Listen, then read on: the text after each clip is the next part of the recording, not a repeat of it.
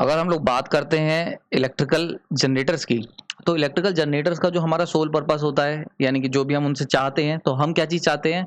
हम चाहते हैं कि हमारा इलेक्ट्रिकल जनरेटर हमें कुछ इलेक्ट्रिकल एनर्जी को प्रोवाइड करे। ये हमारा मेन एम होता है जब भी हम इलेक्ट्रिकल जनरेटर मार्केट से खरीदते हैं। नाउ इलेक्ट्रिकल जनरेटर, अगर हम बात करते हैं इलेक्ट्रिकल एनर्जी की, तो इलेक्ट्रिकल एनर्जी को जनरेट करने के लिए मुझे कुछ इनपुट देना पड़ेगा, क्योंकि law of conservation of energy ऐसा ही कुछ कहता है, और वो इनपुट होता है मैकेनिकल एनर्जी का। ये बेसिक है पूरी दुनिया का, यानी कि पूरी दुनिया में जहाँ पे भी जनरेशन हो रहा है, जहाँ पे भी इलेक्ट्रिकल एनर्जी जनरेट हो रही है, तो उस इलेक्ट्रिकल एनर्जी को जनरेट करने के लिए अगर आप उसे जनरेटर से कर रहे हो, तो वहाँ पे आपको mechanical energy as a input देना पड़ेगा। ना अगर हम लोग मैकेनिकल एनर्जी की बात करें, तो मैकेनिकल एनर्जी हम विंड से दे सकते हैं, विंड टरबाइन को घुमा के, या फिर हम लोग पानी गिरा के दे सकते हैं, डैम में पानी इकट्ठा कर लें और उसके बाद उसे एक हाइट से फॉल कराएं, या फिर हम लोग स्टीम से कर सकते हैं, स्टीम से टरबाइन घुमा के इलेक्ट्रिकल मैकेनिकल एनर्जी दी जा सकती है। स्टीम आप कोयला जला के भी बना सकते हो, और न्यूक्लियर पावर प्लांट यानी कि न्यूक्लियर फिजन करके भी स्टीम बना सकते हो, और भी बहुत सारे तरीके हैं। तो ये सारे बेसिकली ये 3 ब्रॉड एरिया हैं जहाँ से हम मैकेनिकल एनर्जी इनपुट देते हैं इलेक्ट्रिकल जनरेटर में। ना अगर इलेक्ट्रिकल एनर्जी की बात कर लें, तो इसका बेसिकली 2 कंजम्पशन होते हैं। सबसे बड़ा जो कंजम्पशन है वो है इंडस्ट्रीज में, जहाँ पे इलेक्ट्रिक एनर्जी की ज़रूरत पड़ती है मशीनों को रन कराने के लिए। और दूसरा, जैसा हम देखते हैं रात में हमें जो रंग-बिरंगी अपनी सिटी दिखाई देती है, यानी कि पूरी सिटी को एनर्जाइज करने के लिए, हाउस होल्ड पर्पज़ के लिए, और कह सकते हैं कि एक रेसिडेंशियल पर्पज़ के लिए हम कह सकते हैं। तो ये 2 पर्पज़ होते हैं जहाँ पे हमें इलेक्ट्रिकल एनर्जी की ज़रूरत पड़ती है। नाउ अगर मैं बात करता हूँ मैकेनिकल एनर्जी के सोर्सेज की, तो एक चीज़ बड़ी खास है कि इनके लिए एक तो स्पेस बहुत बड़ा चाहिए। आप देख सकते हो, अगर विंड टरबाइन लगाने चलोगे तो भी बहुत बड़ा लैंड चाहिए। अगर पानी इकट्ठा करना है डैम में, तो ये तो संभव ही नहीं है यहाँ, ये तो आपको पहाड़ों पे जाना पड़ेगा इस काम के लिए। अगर हम बात करते हैं स्टीम पावर प्लांट्स की, तो वो भी इतने बड़े-बड़े टरबाइन स्टीम इकट्ठा करना, चलाना, ये काफ़ी ज़्यादा कॉम्प्लिकेटेड काम है, और काफ़ी लार्ज स्पेस की इसके लिए ज़रूरत पड़ेगी। दूसरी, स्टीम पावर प्लांट के साथ एक और प्रॉब्लम है, और वो है टॉक्सिक गैसेस, जहरीली हवाएं, जहरीली गैसेस जो हवाओं में मिल जाती हैं, और ये बहुत बड़ा पॉल्यूशन का एक रीजन है। तो अगर हम बात करते हैं, चाहे वो नेचुरल रिसोर्सेज हों यानी कि रिन्यूएबल रिसोर्सेज हों, जैसा कि विंड हो गया, पानी हो गया, ये सारे के सारे एक नेचुरल रिन्यूएबल रिसोर्सेज हैं। रिन्यूएबल मतलब ये ऑलरेडी आप लोग जानते होंगे, नहीं जानते बताया तो, रिन्यूएबल मतलब जिनको रिन्यू करा जा सके, रीन्यूएबल यानी कि ऐसे रिसोर्सेज जिनको हम दोबारा नेचर रिन्यू करती है, ठीक है, और रिन्यू करने में बहुत कम टाइम लेती है। क्लियर हो रहा है यहाँ पे?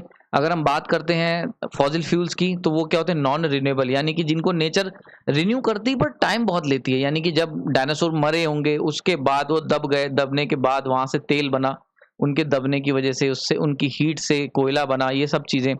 तो बहुत ही लंबा टाइम, यानी कि अगर नेचर रिन्यू करने में रिसोर्सेज को ज्यादा टाइम ले रही है, तो वो आपके हो जाते हैं नॉन रिन्यूएबल। ठीक है, तो अगर हम मान के चलते हैं नेचर जो है रिन्यू कर रही है, नेचर अगर नेचर क्विकली रिन्यू कर ले रही है, क्विकली यानी कि तुरंत रिन्यू कर दे रही है, क्विकली रिन्यू कर रही है, जैसे कि विंड हो गई, अभी चली, थोड़ी देर बाद फिर चल जाएगी, पानी हो गया, अभी गिरा, बारिश हो गई, फिर आ जाएगा।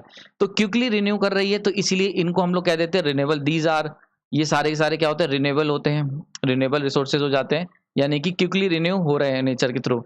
और अगर हम बात करते हैं कोल की, या फिर हम बात करते हैं पेट्रोल की, ये सारे के फ्यूल्स की, फॉसिल फ्यूल्स, ये सारे के सारे क्या होते हैं? ये सारे के सारे होते हैं नॉन रिन्यूएबल होते हैं। इसका नॉन रिन्यू का मतलब ये नहीं कि नेचर इन्हें नहीं बनाती, नेचर बनाती है, पर टाइम बहुत ज़्यादा लेती है, यानी कि काफ़ी ज़्यादा, यानी कि लैक्स या फिर मिलियंस ऑफ ईयर्स लग जाते हैं आपको रिन्यू करने के लिए, यानी कि दोबारा से कोल बनाने में लाखों साल लग जाएंगे, मिलियन साल लग जाएंगे। ठीक है, तो यानी ऐसा नहीं कि आप अभी डायनासोर मार के डाल दो, अगर जमीन के अंदर, या जानवर मार के डाल दो, पेड़ गिरा दो, और मान लेते हैं हमने जमीन के अंदर एक पेड़ को बरी कर दिया, तो ये जो है कोयला या जो भी बनेगा, तो ये काफ़ी ज़्यादा टाइम ले लेगा। यानी कि डायनासोर सोचो कब के मरे होंगे, उनका तेल हम इस्तेमाल कर रहे हैं उनके मरने से। तो एक एग्जाम्पल के तौर पर बता रहा हूँ। तो यहाँ पे ये जो होता है मिलियंस ऑफ ईयर्स ले लेती है, इसीलिए इसको हम लोग कहते हैं कि नॉन रिन्यूएबल रिसोर्सेज कह देते हैं। तो खैर ये सब अवे फ्रॉम द टॉपिक है, लेकिन आपको पता होना चाहिए। तो टॉक्सिक गैसेज एक बहुत बड़ा प्रॉब्लम है। तो यानी कि चाहे हम रिन्यूएबल की बात करें या नॉन रिन्यूएबल की, दोनों में कुछ लिमिटेशंस हैं, और ये जो लिमिटेशंस हैं, ये मैं इन पूरे इन यानी कि अगर हम बात करते हैं सोर्सेज की, तो इन सारों के साथ लिमिटेशंस क्या है कि ये इसीलिए इनको हम लोग सिटी से अवे रखते हैं, यानी कि दूर रखा जाता है शहरों से। सबसे बड़ी वजह कि इनको जगह ज़्यादा चाहिए, और हम शहरों के अंदर, आप जानते हो कि एक 100 गज का मकान लेने के लिए भी कितना मुश्किल है और कितनी दिक्कतें हैं। तो एक तो ये वजह हो गई। दूसरी वजह जो है कि टॉक्सिक गैसेस, जहरीली गैसें, जो कि अगर शहर में रखोगे तो भोपाल गैस ट्रेजेडी जैसे किस्से भी हो सकते हैं। तो इसीलिए अब तो इंडस्ट्रीज को भी शहर से दूर रखा जाता है। तो वहां पे जबकि इतना फिल्टर सब कुछ लगाया होता है, और जनरेशन तो ऑलरेडी दूर रखा ही जाता है, ताकि क्या हो कि वहाँ के जो रेडिएशंस हैं, अगर for example nuclear power plant है तो वहाँ का रेडिएशन शहर के अंदर ना आ जाए, या वहाँ की जो टॉक्सिक गैसेज हैं जो कोयला जला के बन रही हैं वो शहर के अंदर इन्वॉल्व ना हो। तो ये इसीलिए इनको अवे फ्रॉम सिटी रखते हैं। लेकिन अगर हम बात करते हैं इलेक्ट्रिकल एनर्जी सोर्सेज की, यानी कि इलेक्ट्रिकल एनर्जी डिमांड की, तो वो क्या है, वो शहर के अंदर है। ठीक, तो इंडस्ट्रीज भी शहर के करीब हैं, और बिल्डिंग्स और जो हमारे घर हैं वो तो शहर के अंदर है ही। तो यहाँ पे एक अलग सा सिनारियो देखने को मिलता है। यहाँ पे सिनारियो ये देखने को मिल रहा है कि जो बना रहा है, यानी कि जो इनपुट चाहिए इलेक्ट्रिकल जनरेटर को चलाने के लिए, इलेक्ट्रिक एनर्जी को जनरेट करने के लिए जो मैकेनिकल इनपुट चाहिए, वो शहर से काफ़ी दूर है। और जो इलेक्ट्रिकल एनर्जी की खपत है, जो डिमांड है, वो शहर के अंदर है। तो यानी कि हम कह सकते हैं कि जो सप्लाई एरिया है वो काफ़ी दूर है, और जो डिमांड एरिया है, इन दोनों के बीच में काफ़ी गैप है। समझ में आ रहा है बात? आई होप पिक्चर क्लियर हो रही होगी। ठीक है, तो क्योंकि सप्लाई एरिया बहुत ज़्यादा दूर है, यानी कि जो हम मैकेनिकल एनर्जी जिससे इलेक्ट्रिकल जनरेटर को हम जो इनपुट दे रहे हैं वो काफ़ी ज़्यादा दूर है, और जो जनरेशन जो रिक्वायरमेंट है वो अलग काफ़ी दूर है, यानी कि डिमांड और सप्लाई के बीच में काफ़ी गैप है। और इस गैप को फुलफिल करने के लिए पिक्चर में आता है पावर सिस्टम।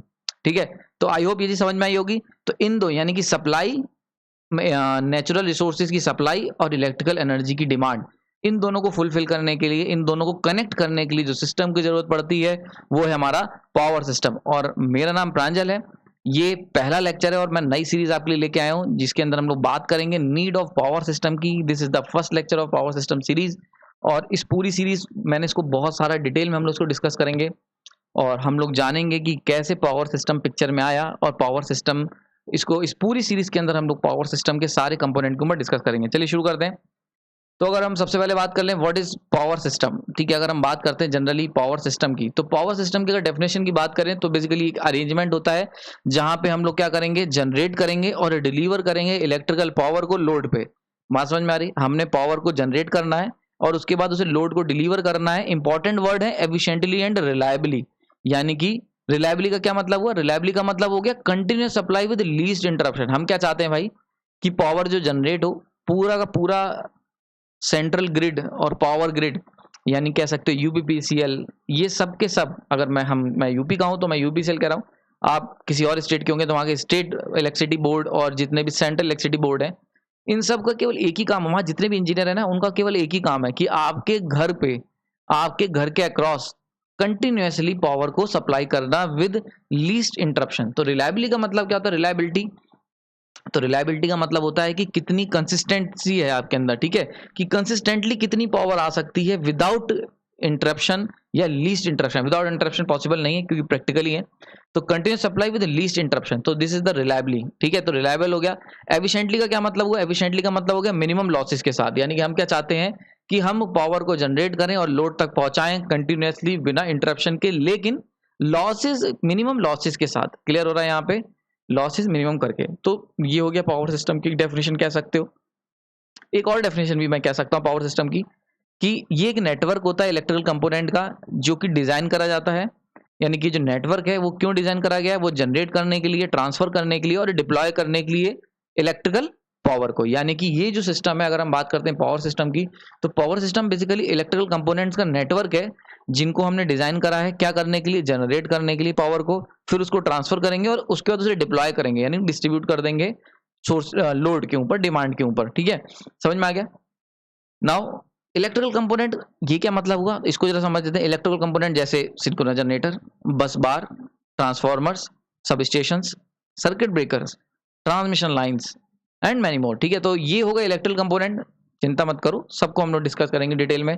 बहुत सारे शब्द आपको नए लग रहे होंगे, और अगर आप पढ़ चुके हैं पावर सिस्टम तो ये सब जानते होंगे। नहीं जानते हो या जानते हो, कोई फर्क नहीं पड़ता, क्योंकि ये सीरीज सब कुछ आपकी सोच बदल देगी। आपको बहुत अलग तरीके से ये सारी चीज़ देखने को मिलेंगी। बहुत मेहनत कर रहा हूँ मैं इसके ऊपर, बस ये है कि थोड़ा सा मेरा शेड्यूल बिजी रहता है, जिसकी वजह से मैं आपके लिए क्विकली लेक्चर नहीं ला पा रहा हूँ। पर डिसअपॉइंट नहीं करूंगा, अच्छे लेक्चर्स आएंगे, बस आप जुड़े रहें, थोड़ा सा मेरे ऊपर पेशेंस रखें, मेरे को थोड़ा सा टाइम दें, and I will work on it. Okay, यानी कि ये वो 6 मेजर कंपोनेंट है और मैनी मोर मतलब बहुत सारे और भी कंपोनेंट, ये सब हम लोग सीखेंगे। तो दिस इज द बेसिकली यहाँ पे जो इलेक्ट्रिकल कंपोनेंट मैंने वर्ड यूज करा था, इसका मतलब मैंने समझा दिया। ना अगर हम बात करते हैं डिवीजन ऑफ पावर सिस्टम की, ठीक है, तो अगर हम बात करते हैं पावर सिस्टम के डिवीजन की, कि भाई पावर सिस्टम को हमने कैसे डिवाइड करा, तो बेसिकली पावर सिस्टम जो होता है वो डिवाइड करा जाता है जनरेटिंग सिस्टम में, यानी कि एक पोर्शन जो जनरेशन का ध्यान रखेगा, दूसरा पोर्शन जो पावर जनरेट हुई है उसके ट्रांसमिशन को ध्यान रखेगा, और तीसरा पोर्शन जो कि पावर जो ट्रांसफर होकर आई है उसे डिस्ट्रीब्यूट करेगा इंडस्ट्री में, कमर्शियल में, रेसिडेंस में, यानी कि जो हाउस होल्ड लोड्स हैं सब में, तो डिस्ट्रीब्यूशन। यानी कि अगर मैं इसकी एक पिक्चर की बात कर लूं तो कुछ ऐसी पिक्चर हमें देखने को मिलती है, यानी कि पावर सिस्टम को बेसिकली पूरे पावर सिस्टम को 3 पार्ट्स में तोड़ दिया गया।